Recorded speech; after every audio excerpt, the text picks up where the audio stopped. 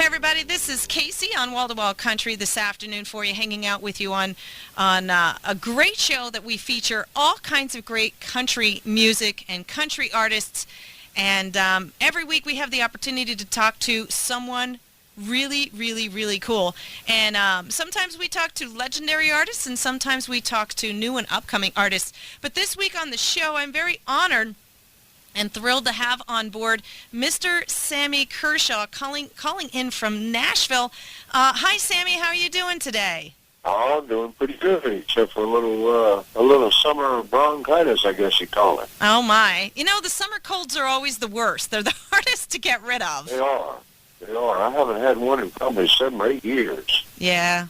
Well, you need to take care of yourself because you're a very, very busy guy, and I know you've got a lot of things going on. But let's just kind of back up a little bit and give people a little bit about where you are, where you come from. I mean, you're legendary in the country music industry. Your music spans 3 decades, encompasses all kinds of gold and platinum sales and stuff. But where does Sammy Kershaw come from? Tell us a little bit about something about yourself or where you came from and how you all got started that maybe people don't really know. Well, you know, I started playing nightclubs when I was 12 years old down in southwest Louisiana, you know. Wow.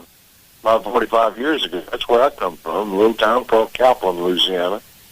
And I've just been doing it for a long, long time. And one of the lucky guys in country music, because by the time I was 14, I got to play music with people like George Jones and Merle Haggard and Conway and Loretta and Penn and people like that, you know. So that's where I come from. I've been around for a long time. And people love you for that. I mean, you know, unfortunately, I think some of the new artists, they kind of come up, they rise, they peak early, and then they kind of die out a little bit. Sammy, what does it take to do what you've been doing for so long? I mean, decades, coming out with music. You've been on shows, which we'll talk about in a little bit, but how do you keep the love to do it, and how do you keep it sustained? I mean, what would be the advice to some of these artists who they burn hot, but for a very short period of time? What does it take? Well, I think that they need to get back to the roots, the true country music roots, because that's what you know. People like George Jones and Merle Haggard and Hank Williams and even Hank Jr. and all people like that. They paved the way for me. Guys like me and Joe Diffie and Tracy Lawrence, Aaron Tippin, Pam Tillis, Brooke Dunn, and all that, you know. But if you go back and listen to all the music that from the people that I spoke of, they all kept the country roots in their music. And you know, it's almost you're right. You get hot for just a little while and then it's gone. Yeah. But country music is not like that. I'm talking about traditional country music. It's not like that. It lasts forever. Look, Hank Williams, you know, he died a long time ago. Mm-hmm. He was only in the business. Now, remember this. He died at 29 years old. Mm-hmm. He was only in the business for 7 years. And look at the impact that Hank Williams has had on country music. Absolutely. He'll never die. Right. Well, that's traditional country music, you know, and we don't hear much of that anymore. Yeah. Now, don't get me wrong, you can't knock success. Right. And they're having a lot of success with what they're doing today. It's just not for me, you know. I'm a country singer. I'm going to die a country singer, whether I'm played on the radio or not. Yeah, yeah. It's who you are. I mean, and it's who defines you as who you are. And I think that's what the fans are really hungry for. Yeah. Yeah. There's a lot of fans out there that, you know, it's a different type of fan they have of the music that's going today. But the people that listen to traditional country music, they have no place to go right now. Yeah. But they get to listen to people like you, Sammy. And speaking of that, recently, you know, you're even still putting out some new music, you know. I Won't Back Down. You've got an album out. You're going to do some new music. I'm sure that's a very exciting thing for you right now. Yes, it is.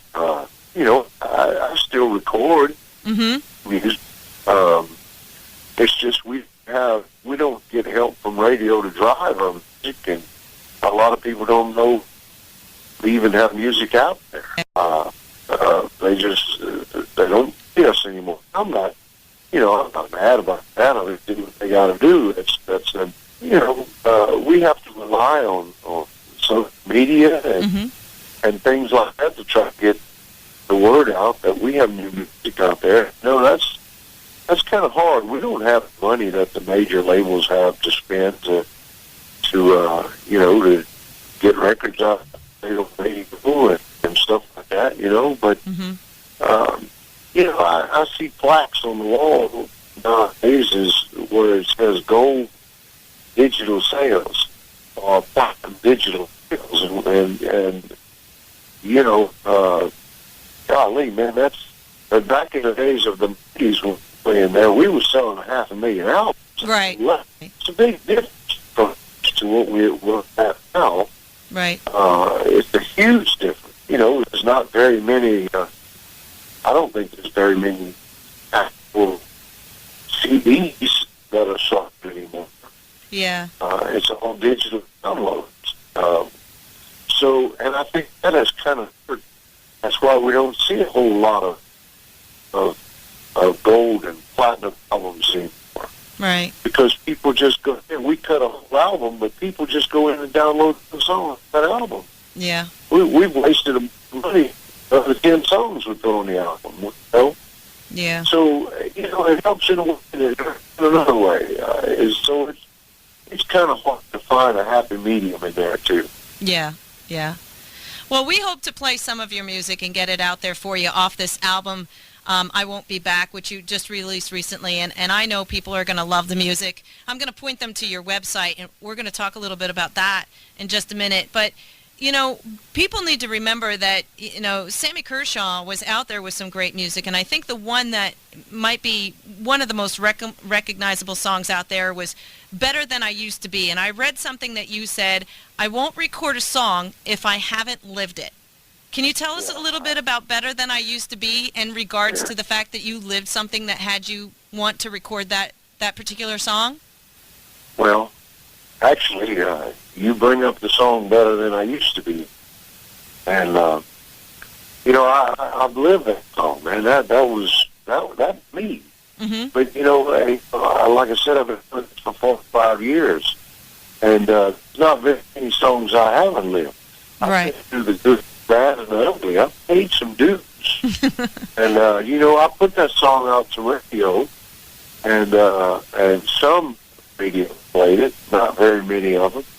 Oh, it's just, just quite, a few months later, Tim McGraw puts it out and gets a top 10 record with it. So I don't understand. I do understand, but you know what? I can't be bitter about that and in the understanding. Right. That way. I need to look at the folks here, listen to my version too, and really feel that. Right. Feel that song, and heart and soul in there, because I've lived it. Right. Right. You've done some other things in your life, Sammy, that, and I think people are going to recognize you from. At least I know I did.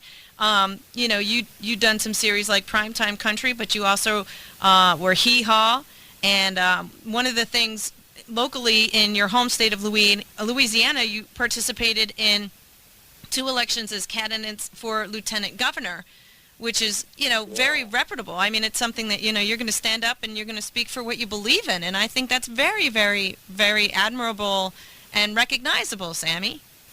Well, I've always been interested in politics. I don't like politicians. I don't like politics.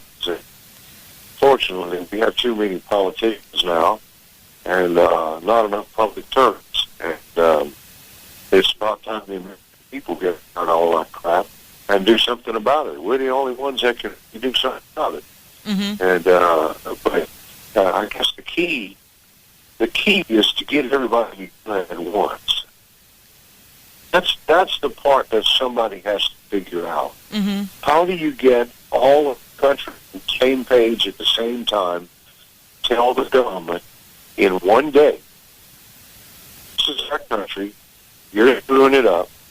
You have been screwing it up for a while. You're putting things for us that we don't want. But yet, when you get out of there, you get a big old check for the rest of your life. You get all stuff free for the rest of your life. But us folks in the country, we got to live by your rules that put on us. Mm-hmm. Can you imagine? Can you imagine there's 535 people in the country that control 350 million people? Mm-hmm. Think about it that way, how would it go? It would be hard to ignore. I really believe that the whole bill should be written in 2 pages. You should be able to hand it to a 15-year-old and say, yeah, what does it say? Do you understand it? And a 15-year-old should say, yeah, I understand that. Mm-hmm. I know what it says. It's not that way. So, and the reason it's done that way is because when you don't understand something, you lose interest. Right. When you lose interest, you quit watching. And when you quit watching, that's when they get away with anything they want to get away with. Mm-hmm. That's just the way I feel about it. I don't know if anybody else ever thought about it that way. That's the way I feel. Okay. And, you don't really want to get me started. Well, Sammy, you're passionate apparently about, the politics and things that you believe in. And I know that you're passionate about your music, and you've been doing it for a long time. And I, for one, admire your music, and I love what you're doing. Very excited to play some of the music off your brand new album, I Won't Back Down.